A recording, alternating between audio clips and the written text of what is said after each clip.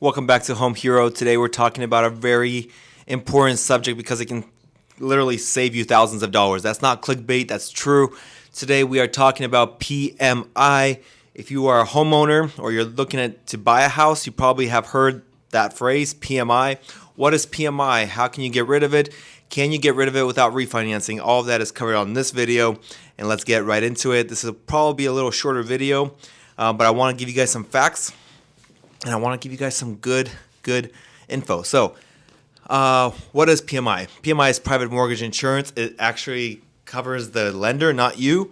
So you're paying for something that helps someone else. I don't know last time you've liked to do that. Like, do you pay when you go get gas? Do you pay at other pumps?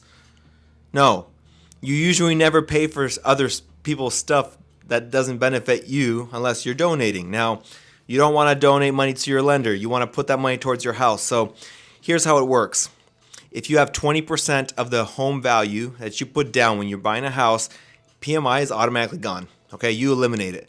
But most of us aren't walking around with 100 grand in our savings. If you are, and you got a little too much, you can share. I got a couple areas I can apply that to. Just kidding. All jokes aside, most of us aren't walking around with money bags, nor have 100 extra grand we want to put on a mortgage. However, if you do have extra money and you do have the ability to put money towards a mortgage, you should, especially when you're buying. It definitely saves you long term and actually saves you interest out the door. So that being said, the one way of getting rid of PMI, just simply putting 20% down when you buy it. That eliminates 95% of us. So how do you get rid of it? Can you get rid of it? Does the type of loan matter? Yes. So if you're not buying cash, you're either going to have an FHA loan, conventional loan, or a VA loan. Out of those three, the VA loan really takes care of you the best. That's why people love that loan. That's why the military we want to give back. That's why the military should have better loan options. I'm all about helping military families. My whole brand is around that. I've helped dozens of military members and service members, and I really appreciate you guys. You guys are the reason that America is so great. You are the reason and the backbone of America. I have friends in the military. I have partners in the military. I have people who are ex-military, people who went back into military. I just love you guys. Just honestly, just bottom of my heart, thank you for all you do for our country. With the VA loan, you don't have PMI. That's why you would use your VA benefits. However, you do have a VA funding fee. So it's usually around 2.5% of the loan amount, depending on the lender you go with. But that's 2.5%. Let's say that's 10 grand off an average home.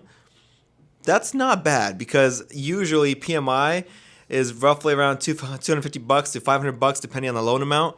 And so in your first year, your funding fee is 1 year of someone who's just paying PMI on their loan with a different kind of loan like FHA or conventional.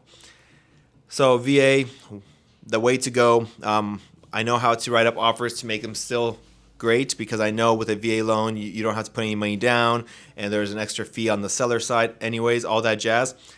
Even when we had that huge seller run where things were flying off the market really quick, I was putting VA buyers under contract. And we were competing with regular loans. And no, it wasn't just the loan amount. There's other things we could do to make your offer stand out. Now, that aside, let's talk about conventional and FHA. Let's talk about FHA first, actually. FHA is a great loan. It requires minimal down payment. And you're also, if your credit's not perfect, their guidelines for credit are less. So a lot of people tend to go FHA. You're not required to put a bunch down. I believe it's still 3.5%. And so that's a lot easier to do in comparison to 5%. And your credit score doesn't need to be as high. So with the FHA loan, here's the kicker, guys. With an FHA loan, you can't get rid of PMI. It's there for you for 30 years. Doesn't matter. You're not getting rid of it. You can't refi out of it. You can refi out of it if you refi into a conventional loan, which most people do. We're going to talk about that in a minute. But you can't get rid of PMI the way you do with a conventional loan. FHA is one of those things where you kind of go into it to get the house and you plan to refi down the road. That being said, let's switch over to conventional. A little higher standard for credit score and a little bit more down payment required when you buy a home, unless, of course, you negotiate that for the seller to pay, which we are seeing right now in this market, which is sweet. You can make someone pay down your rate, pay down your costs, and it's a great time to buy for some people. Not for all people if you watch my past videos. That's why the light is green. I'm really optimistic about certain things, and there's some great offers. I just went live with a listing, so make sure you check out my Instagram live or post soon. There's a great opportunity there if you're looking in Olympia. Literally 70,000 off market value. Needs some work, but regardless, it's still a very sweet deal if you're looking to go into instant equity. Sorry for the sidetrack. Let's go back into it. We're talking about conventional loans and PMI. If you have lived, here are two things you could do to save you thousands of dollars. If you have PMI on your loan and you have a conventional loan and you didn't put 20% down when you bought it, here's what you can do. One thing, you can wait 2 years. After 2 years of making payments, I don't know why the magic number is 2 years. It feels like the whole rental thing, like to avoid capital gains, that's 2 years. Everything in real estate comes in twos. Our licenses are updated every 2 years. I don't know what the deal is, but someone up there at one point decided, hey, it's going to be 2 years for everything in real estate because we can't count to 3. I don't know. Regardless. So the number one, 2 years. You have to be in that home for 2 years, making 2 years of payments.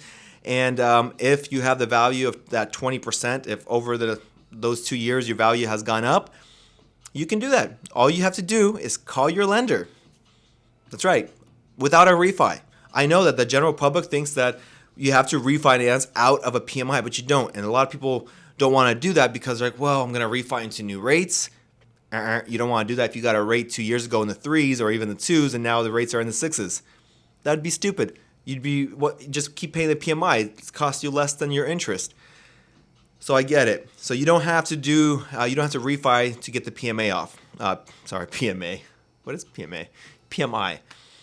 That's the one thing you can do. But what if you haven't made 2 years of payments? Am I screwed? Do I have to wait 2 years? What if I just bought in November at 7%? There's some of you out there watching this video who bought a house in November of last year and are at 7%. I know, it hurts. Rates won't be like that forever. You can always refi right now. You can always refi when we see 5.5 again, 4, 3. I don't think we're gonna see 2s in a long time. This run is gonna be up there for a little bit. But hold in there, hold on. So you don't have to wait 2 years. One way, what you can do is actually have, if you have equity in your home, if you bought a house and you have equity in your home and it's less than 2 years, and you say you did even some remodel work, all you have to do is pay for an appraiser. An appraiser comes out. It has to be done through your lender. You can't just hire Joe Schmo off the street who's an appraiser. You have to go through your lender that you are currently making your payments to, and what you do is you just have them come out, give you the value. If the value is there, most of the time it will be, you're fine. Unless we go into a crash like an '08 crash here the next 2 months. Man, we'd have some pretty sweet deals if that happened. I think we're gonna see some pretty sweet deals this year, guys. I don't know if you're excited. If you're excited, put your hands up. I can't see you guys, but there's some good things coming the way towards buyers.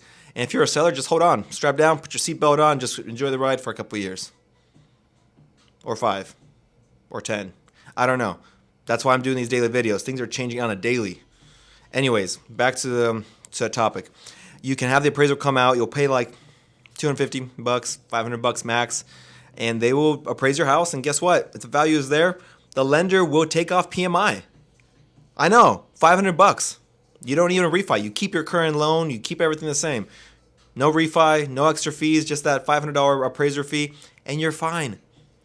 Isn't that amazing? I don't know why there's not more people talking about this, but this is a great thing to do, especially now if, for example, you have some equity in your house and you want to get PMI off, but you couldn't because of your financial situation when you first got the house. This is a great thing to take advantage of. And if you have more questions, reach out to me. Again, Yarrow with Home Hero, and I'll be here again for a video tomorrow. If you have some ideas or things you want me to talk about and cover, make sure you do that. Add in a comment, share this video so it gets out there, saves people thousands of dollars. This is not clickbait. This will literally save you thousands of dollars. PMI is roughly $250 to $500 a month, $6,000 on the lower side, $6,000 a year, which comes out to $180,000 in 30 years. Yeah, I did the math. I think that's right.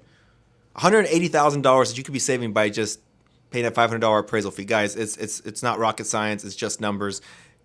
Make sure you're saving yourself some money. Put that money where it counts, especially in a recession, especially when everything costs triple and there's no eggs in the whole country. If you know, you know. Until next time.